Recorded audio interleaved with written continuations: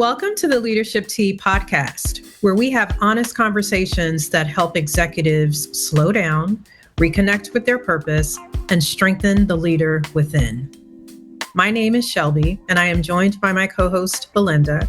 And today we are thrilled to welcome a very special guest, Bobby Staten III. Bobby is a business and transformation coach and a speaker.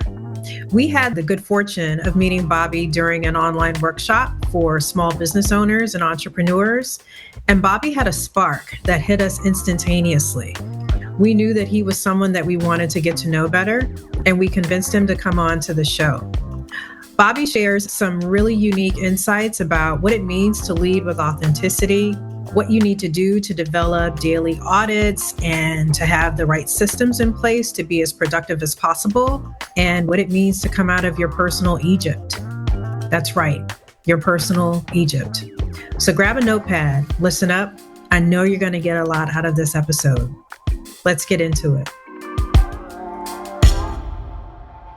Bobby, we've talked a little bit already about how Shelby and I have shifted from, we weren't feeling extremely stuck, but feeling kind of in neutral as we ended 2025 and moving to a space of momentum in 2026. And so I'm kind of curious, in your practice, what are 2 to 3 practical steps that you give your clients on how they should handle things when they feel stuck or overwhelmed? I think the first thing that I typically tell clients when they're feeling stuck is to, one, stop, right? Like, you've got to slow down enough to be able to do the next thing, which is to take inventory, right? So first 2 things you got to do, you got to stop what you're doing, because obviously what you're doing is not working, or it's not moving the ball in the direction that you envisioned it doing. So slow down long enough to see the field, and then from there,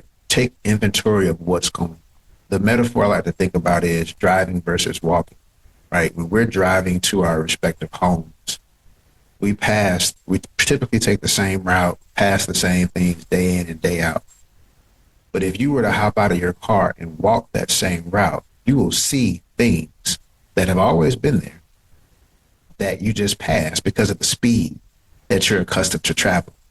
And so I think stopping and/or slowing down is super helpful to be able to take inventory and really assess what's going on and really baseline your current state.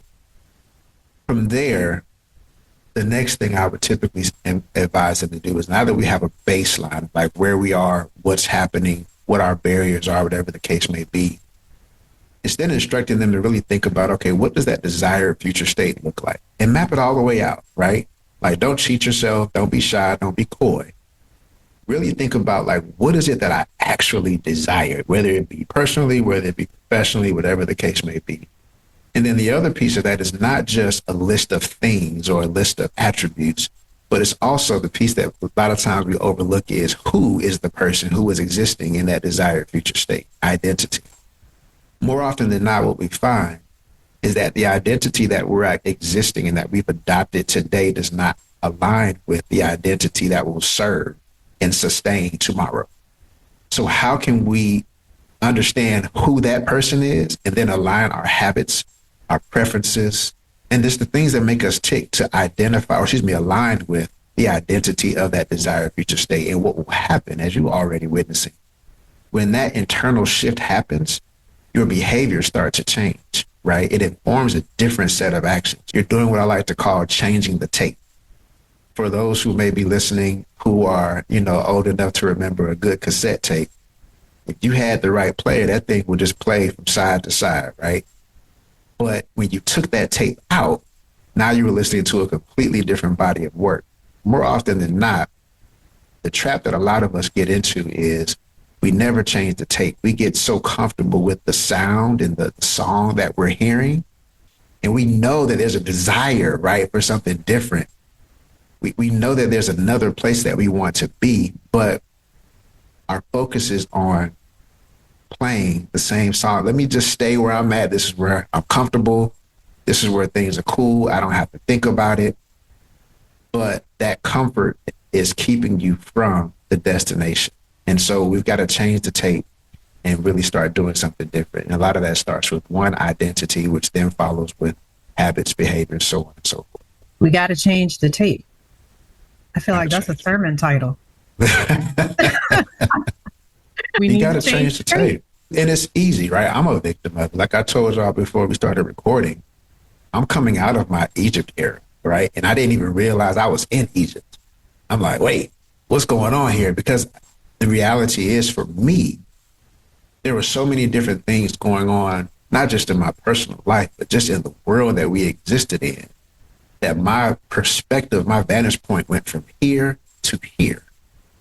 And it was like, how can I make sure that I keep this box clean, pure, and I'm able to make it from one day to the next, right? And I lost sight of the things that and the opportunities that were right there in my periphery. And so now being out of that, it's like, holy smokes, like what has been going on? Like I missed a lot. And a lot of times we don't realize that because we're playing the same tape over and over again, right? We're in this cognitive loop that just says, hey, when you wake up, do this, go here, do these things, come back, right? Our brain is naturally wired for comfort, is naturally wired for survival. The hack is pushing yourself into situations that cause you to develop new neural pathways that then inform new habits and behaviors. And when you're playing the same tape over and over again, you're going to miss that. That's just the reality of it. So sometimes reality changes the tape for us, or if you're lucky, you get the opportunity to change the tape and make a choice, right? Make a decision to say, hey, I need to do something different. I need to break this cognitive block and put myself in a situation that's going to allow me to function and show up differently. And that's a very difficult thing to do when you don't have like that level of awareness. I'm going real like brain work, but that's just the reality. That's all good. I think the metaphor of coming out of Egypt or coming out of your own personal Egypt is a powerful one that I know Belinda and I can attest to in our own personal journeys.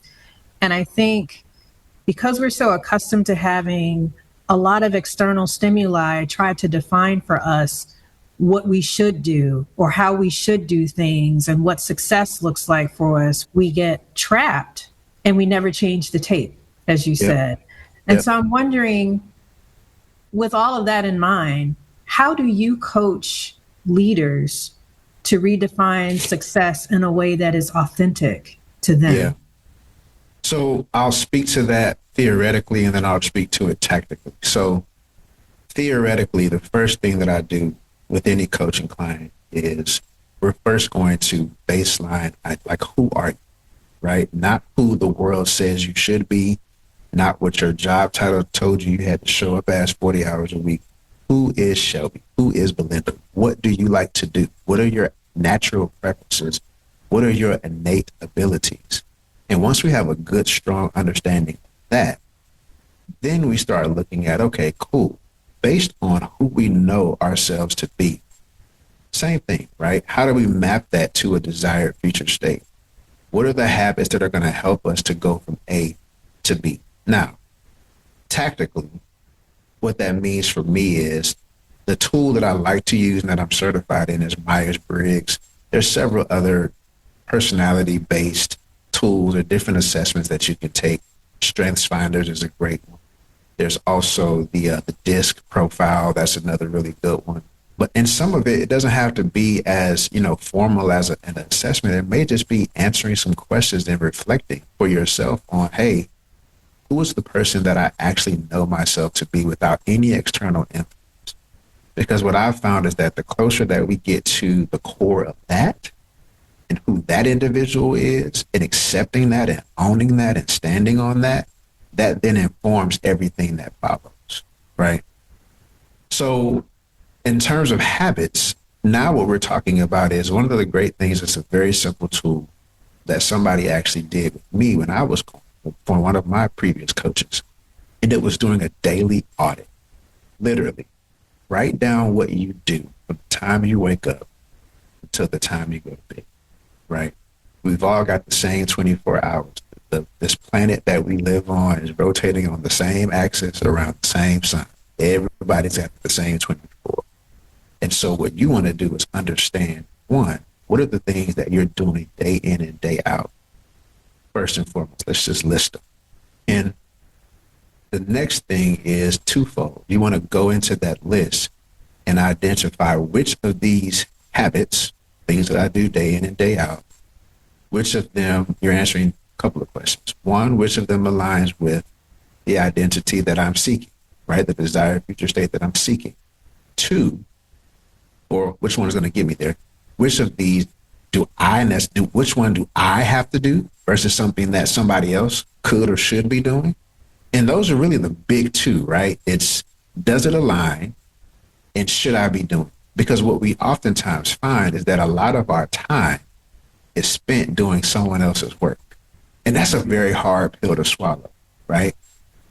The other thing that we find out is that a lot of the things, the cognitive loops that we're like literally unconsciously just repeating day in and day out, don't serve the goals and the objectives that we've set for ourselves. I can't say I want to lose 150 pounds, but I'm eating big fat hoagies every day. You know what I mean? Like, that's not going to work.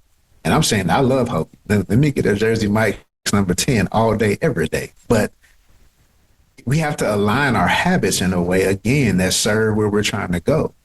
And then sometimes and it's not until we write it out, there's something magical that happens when we write those things down. Now it's like, it almost makes it real. Not that your existence and how you're moving and flowing isn't real, but there's something about seeing it on paper that's very grounding and sobering. Like, oh, so like this week I've done this thing 3, 4, 5 times. And it's equated to 10 hours of effort or 10 hours of execution. How could those 10 hours have been repurposed to serve the person in the state that I'm seeking versus the one that I'm currently stuck in? So yeah, that's theoretically, tactically how I would approach that. And, more often than not, what I found is that as a result of that assessment, now it's like, okay, cool. We've identified the gap. Now let's talk about not how we do things differently. What systems do we need to enforce the behaviors? I'm a systems dude. Like, you can talk to me all day, every day about what you want to do, but if you don't have the systems in place to enforce that behavior, it's not going to stick. At some point in time, you are going to naturally gravitate back to your place of comfort. And what we know about the body gives us a great example, muscle development. Muscles don't grow if not for the process. I'm probably going to butcher this word. Hypertrophy? I don't know. It's spelled hypertrophy. All of you spelling bee champs, y'all jump in the comments and fix it. But that process is how muscle, literally the sinews of your muscle are torn. And then they rebuild. They're torn as a result of the resistance that you're putting on those muscles. And so those little micro tears create the environment by which growth can happen. The same thing is true in our lives, right? If we are not breaking, right, the cognitive loops, if we are not breaking the patterns, if we are not tearing the mental muscle that informs how we show up every day, we're just going to fall right back to what feels comfortable, right? I don't want to push 325 pounds around if I don't have to. I'd rather be on the couch. But if I want the muscle growth, I got to get in that gym. And the same thing is true for our lives. I feel like what I really hear there is that in order for us to move forward, there's a certain level of self-reflection and even humility. Yes. That we need to have in order to not only see these changes, but be willing to make them. Right. And I feel like what you've just said ties really well with your earlier discussion of identity and that cognitive loop. We just have to be able to constantly look at ourselves. And that question of identity is really hard. Yeah. It's really scary for people. I see that in my own clients. And, I know even for myself and, earlier in my career, in my first career, really, that was a career I entered very young. A commitment when I was still in college to that particular career track. And so when I left it, it was all I known. And I identified as that. I didn't even know how to use other words to describe myself. I had just spent 20 plus years becoming a really good employee, right? And Ooh, spending time, you call it Egypt, I've been calling it the wilderness. yeah, So, yeah, I think to get out of the wilderness, you've got to do what you said there. You've got to ask yourself, how are those old habits serving me? right. I'm literally thinking about like camping, right? Like I like a good, luxury hotel, but maybe I need to learn how to build a tent, Maybe I need to learn Possibly, how to start a fire and not just like possibly. call I'm down a not, room service. I'm not there yet, but It's Listen, super all the fun. way 100. It's super fun at the beach. Yes, no, I get that. I get what you're saying, and I see it in my own clients as well. I'm yeah. curious, as you engage with people, especially when you first start working with them across industries, what are some of the typical challenges that you see leaders having? One of the primary challenges that I find I mean, this goes literally in any industry. You have people who are really great managers and that are not great leaders, right? And I think understanding the difference between those terms are typically used, especially in a corporate environment, interchangeable, and they shouldn't be. A manager is someone who can make sure that the pieces of the puzzle are in place, right? Like, hey, here's where we want to go. Here's what it's going to take to get there. And I'm going to make sure, and I have oversight of this particular function. I'm going to make sure that the people and the processes are in place to get us from A to B.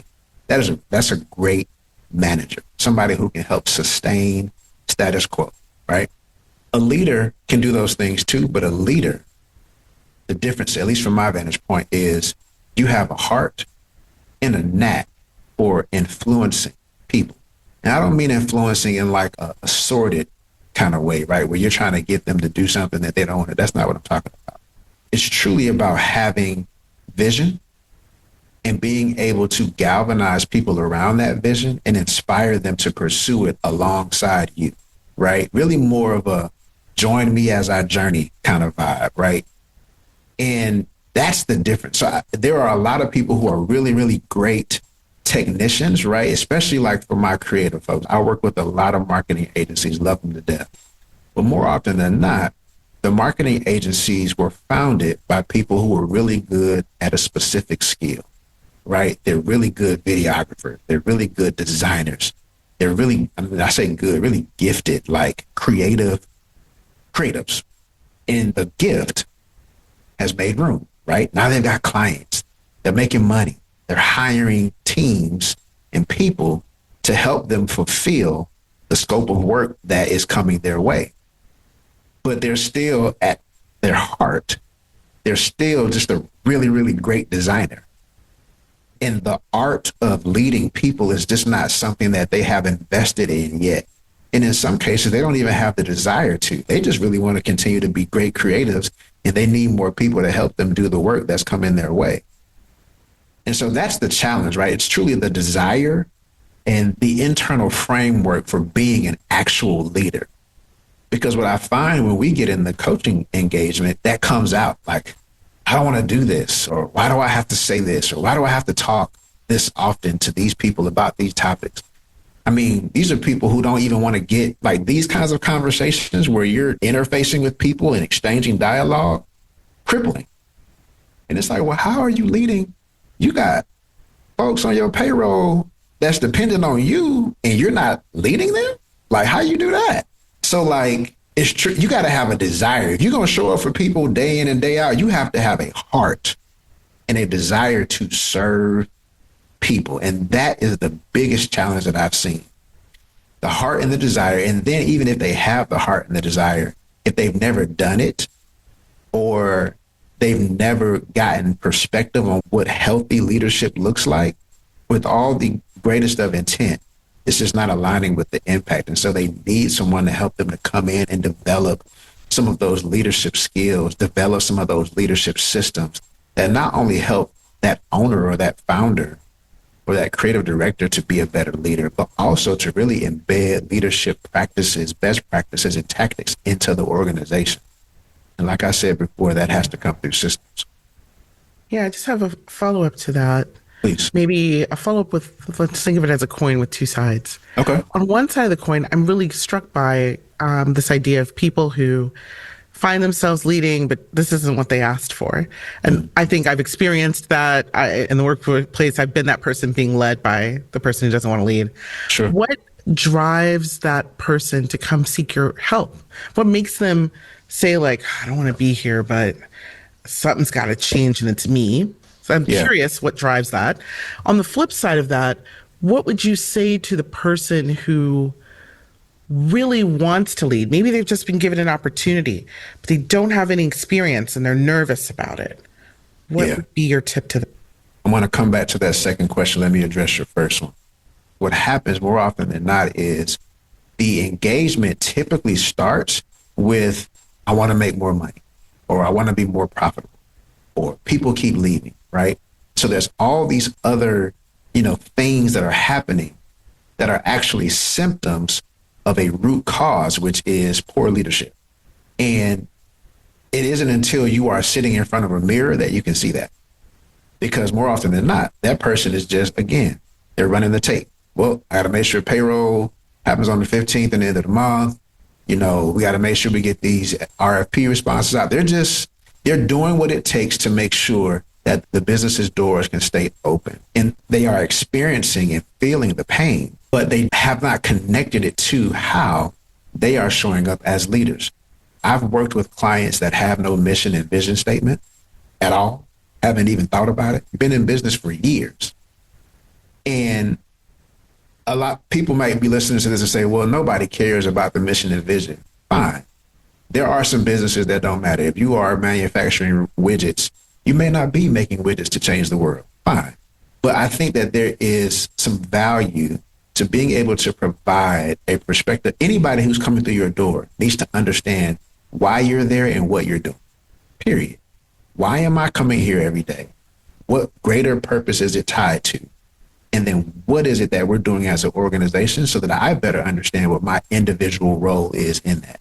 How does my success contribute to this mission? And how does this mission serve the broader purpose of where and what impact this particular entity will have? Those are the types of organizations that I am creating in the marketplace. And I found that there are so many people who haven't even thought about that because they're just focused on a dollar, which is great. I get it. That's why we're all in business. When you think about the leadership piece of it, some of the pain that they find is that they have people in seats and they don't know why they're there. So they're not even committed. They're not showing up as their best self. They don't know why they're being asked to do what they're doing. And so that impacts their performance. And so the loss of revenue that you're experiencing, the diminished profitability that you're experiencing, the high turnover, especially that you're experiencing, might be connected to the fact that you've never explained to them or expressed to them or even oriented them to why they're there and what you all are there to do. Because there's something different that happens when you create an emotional connection to how you spend your time. You're going to be a whole lot more invested. And so that's my answer to the first question. Can you give me the second question again? What's your advice to that person who wants to take on more leadership and maybe just got their first opportunity, but they don't want to mess it up? They're excited, but they don't know what to do. Yeah, I would say, first and foremost, I'm going to always come back to identity. You got to know who you are, right? Because when you stand in front of those people, they're going to smell you out. You say you're this person, but the way you're showing up is over here, right? So you got to be solid on your identity work. And that's a work in progress. It changes, right? But just ensure that you're devoting some time, some effort, some practice, whether it's as small and as simple as journaling, or if you have a coach or therapist to help you work through those kinds of things. But I think, beyond the identity piece, it's truly about showing up authentically and being willing to be vulnerable, right? Hey, I don't have all the answers. I'm trying to figure this out just like you all are, right? Here's my take. I've been given this opportunity to lead you all, but I'm really reliant upon your input, your perspective, your feedback. A lot of times people conceive leadership to be, I have to have all the answers, and that's just simply not true. Again, leadership is not about being the star. It's about winning the championship. I ain't got to be Michael Jordan, right? But if I get a ring, we won. You know what I'm saying? Like, So that's what I would say to that individual. Like, give yourself grace, be willing to be vulnerable, and show up authentically. I mean, those three things I think will set a foundation that will accelerate your ability to move from good to great as it pertains to being a leader. Moving from good to great. I mean, you said a lot of things that resonated with me. Like you said, it doesn't matter if you're the star of the show. If you win, we win. That's right. And I think our egos get in the way of appreciating the broader impact that we can have collectively if we just get out of our own way. I'm actually reading a book called A New Earth by, I'm going to butcher his name, Eckhart.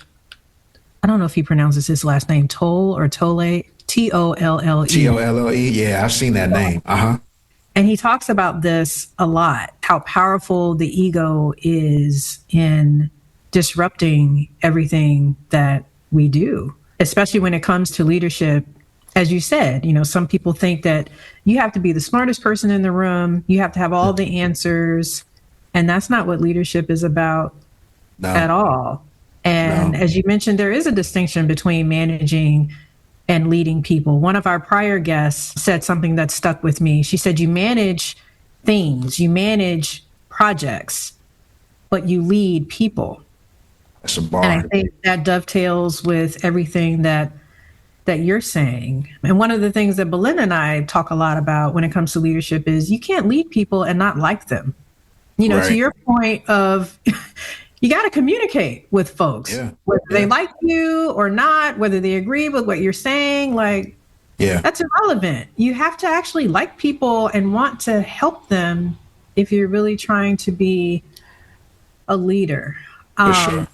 Completely agree. And I think it's fascinating to hear you kind of break down your philosophy on leadership and doing the daily audits and doing the inner work.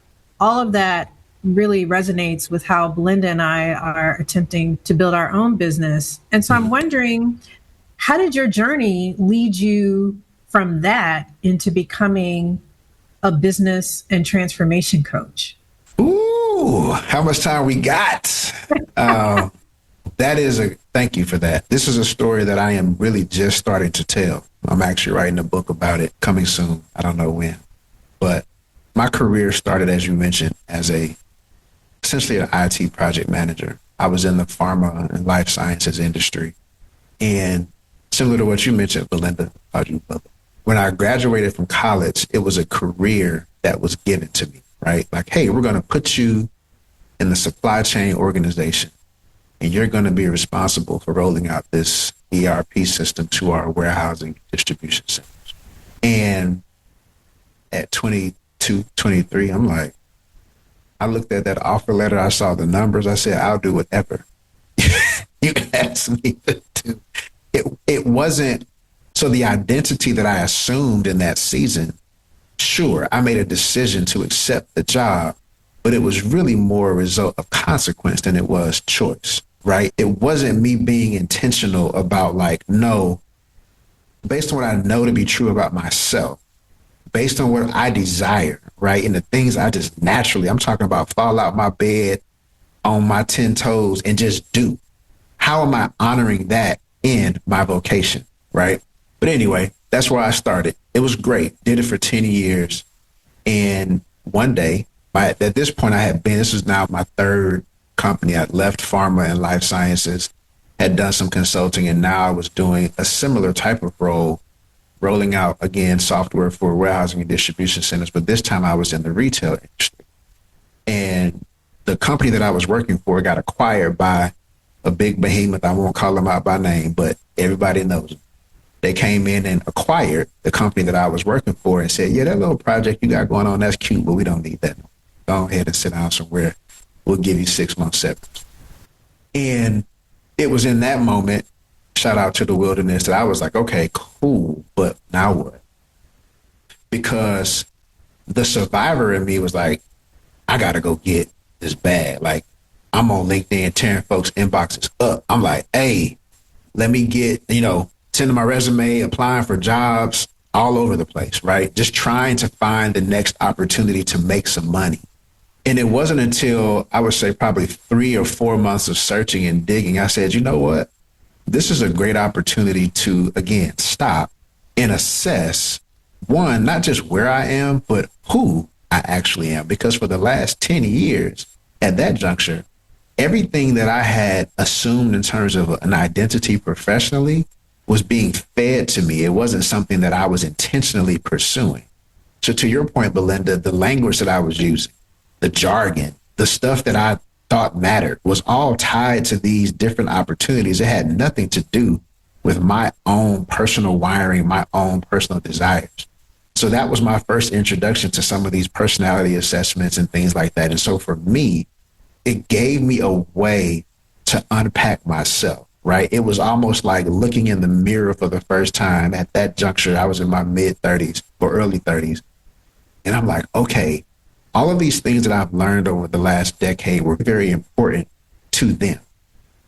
But what I'm finding is that it doesn't translate into like real world, broader experiences, especially not experiences that actually matter to me. And so I'm going to do something different, right? And so that was the first time that I decided, I said, you know what? You may be going through this too, I don't know. But anybody who's listening, typically when you're in a season like this, if you're in therapy or if you're just working through this on your own, whatever the case may be, typically what you end up at is childhood, right? Who was the person that before I knew what a W-2 was, before I knew what a Form 1040 was, before I knew how to spell capitalism, what were the things that I just did? Because I'm going to use this like at least 10 times between now and Sunday. Flow, not force. What are the things that I just did naturally that I enjoyed? Because what we find is that, I'll call it value, but that presence and the authenticity connected to it, it created an exchange, right? When you showed up as that person, when you did those things, when you exercised your gifts, there was platform that was provided. There was access that was provided. Sometimes there was money that was provided. It may have just been renewed energy to go back and try that thing again. Whatever that form of currency is that you were receiving was directly related to who you naturally were. And so once I had that aha moment, I said, okay, well, shoot, I'm going to go do this on my own, right? That's what I did. And that's what I've been doing for the last 10 years, right? I took my personal experience of transformation and I adapted it to businesses. Developed a framework called the core framework where I'm helping businesses identify who are you at your core. And then let's develop strategy and systems that honor that so that the growth that you create, you can actually sustain because it's coming from a place of authenticity, so on and so forth. So that's how I got into it. I've always had a passion for business. I was definitely that 10-year-old, 12-year-old who thought he was going to be the next Jermaine Dupri. So like I had all the music business books. I had the keyboard. Me and my homeboy used to get together on the weekends and make mixtapes. And music turned out not to be the industry that I chose. But the heart, right, and the interest in serving people through business has always been a passion of mine. And so the opportunity to take, my personal and my professional experiences and then use them to serve a community and an audience that I was passionate about, that wasn't something that I was willing to turn away from. And I've been doing it now for 10 years. So that's how I got here. Yeah, thank you. So as we prepare to wrap up, I'm wondering for those listeners who they want to lead from a place of authenticity. They Sure. want to be bold and they want what they build to be sustainable. What's the piece of advice you would leave them with? What is a principle they should really focus on as they try to build towards those goals?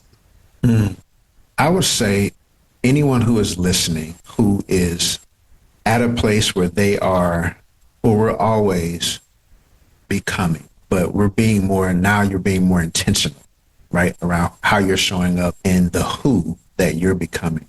Stop lying to yourself. And that's hard because our natural, again, it all goes back to what it really comes back to is fear, right? We will tell ourselves a story to keep us from facing the very deep core fear that we have, right? We will create this whole narrative, this whole reality, despite everything that we're saying plain as day, you need to go that way. You need to go do this. And out of a desire for safety, out of a desire for comfort, out of a desire for stability, we will make decisions that don't serve us. And so authenticity starts when we stop lying to ourselves and honoring that voice, that little subtle voice that's within that says, hey, you need to turn left. Some people call it instinct. Some people call it Holy Spirit. Some people call it gut. We've all got it. Everybody, believer or not, is there. Listen to it and be willing to take the uncomfortable step. This is what I talk about in the book, but it's stop chasing dreams and choose destiny.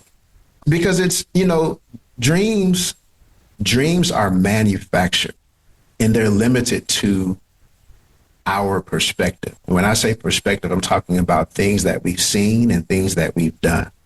And when you have the belief that there is someone greater who is writing a story that you are just a character in, the dreams kind of become small. Because it's like, I would love to have that Benz, but if I could do this and align with that, I ain't worried about that Benz. Right? For what? Because here's the thing, like me chasing that thing is causing more harm than it is good.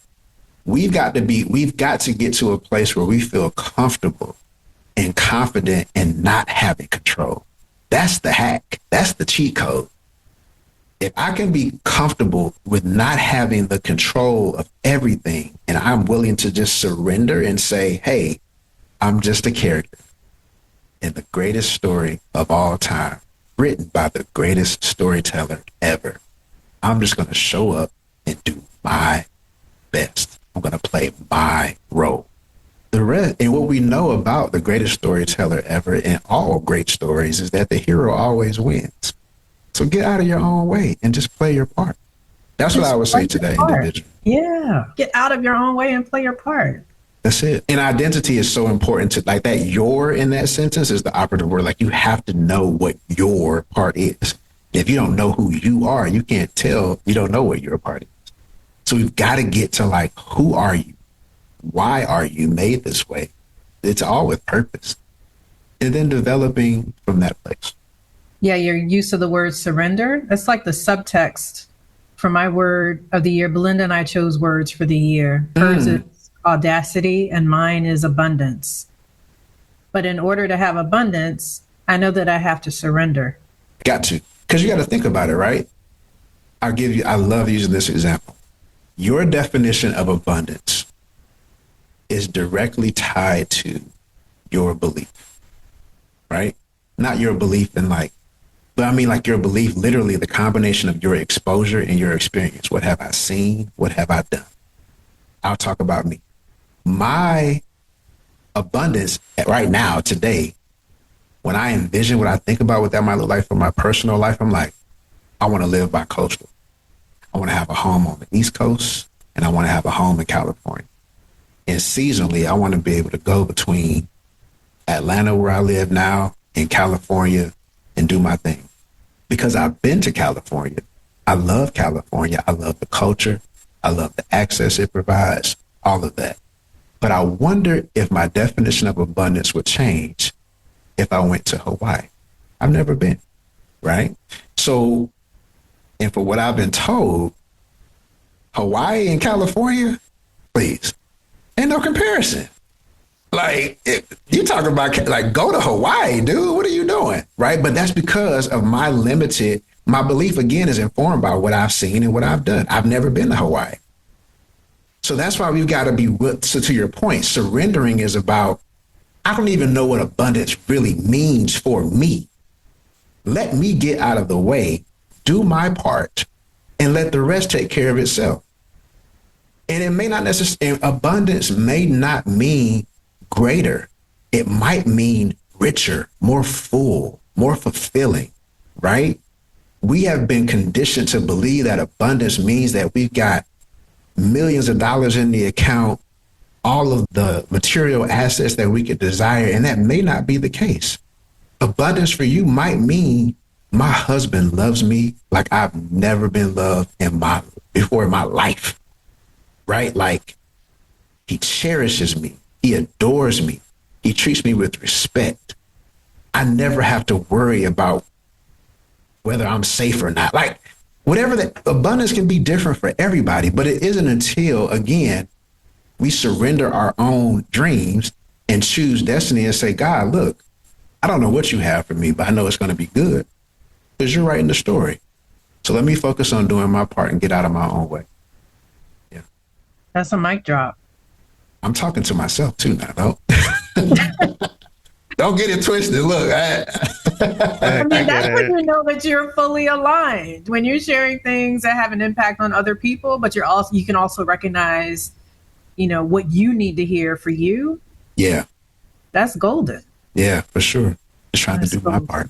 Well, Bobby, let's wrap up by just asking you if more people want to benefit from your wisdom and expertise, how do they find you? Yeah, you can find me on all channels at Chief of Clarity.